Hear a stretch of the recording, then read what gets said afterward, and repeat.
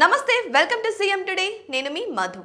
రాష్ట్ర ఐటీ విద్యాశాఖ మంత్రి నారా లోకేష్ కడప జిల్లా పర్యటనలో భాగంగా ప్రజా సమస్యలు తెలుసుకునేందుకు ప్రాధాన్యతనిచ్చారు. మంగళవారం కమలాపురం నియోజకవర్గంలోని బుగ్గరెడ్డిపల్లి క్యాంపు కార్యాలయంలో 69వ రోజు ప్రజా దర్బార్ నిర్వహించారు. ఈ కార్యక్రమానికి ప్రజలు, పార్టీ నాయకులు, కార్యకర్తలు పెద్ద సంఖ్యలో తరలివచ్చి తమ సమస్యలను మంత్రి దృష్టికి తీసుకెళ్లారు.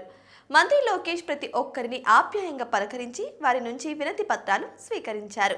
ప్రజా దర్బార్లో పలు కీలక సమస్యలు మంత్రి దృష్టికి వచ్చాయి. కమలాపురం నియోజకవర్గం సీకిదిన్నె మండలం ఇప్పపెంట గ్రామానికి చెందిన 45 గిరిజన కుటుంబాలు తమను ఆదుకోవాలని మంత్రిని కోరాయి.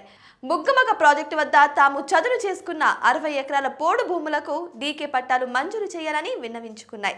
అలాగే కడప పోరుమామిళ్ల రహదారిలో సిద్ధవటం పెన్నా నదిపై బ్రిడ్జి నిర్మించాలన్న తమ చిరకాల కోరికను నెరవేర్చాలని ఎస్ మోహన్ రెడ్డి అనే వ్యక్తి మంత్రికి విజ్ఞప్తి చేసినట్టు తెలుస్తుంది. ఇక కొన్ని వ్యక్తిగత సామాజిక సమస్యలను కూడా ప్రజలు మంత్రి ముందు ఉంచారు. 2008లో ఏపీఐఐసి సేకరించిన తమ భూమికి ఇంతవరకు నష్టపరిహారం అందలేదని కొప్పర్తి గ్రామానికి చెందిన చెమిడిరెడ్డి జనార్దన్ రెడ్డి వాపోయారు.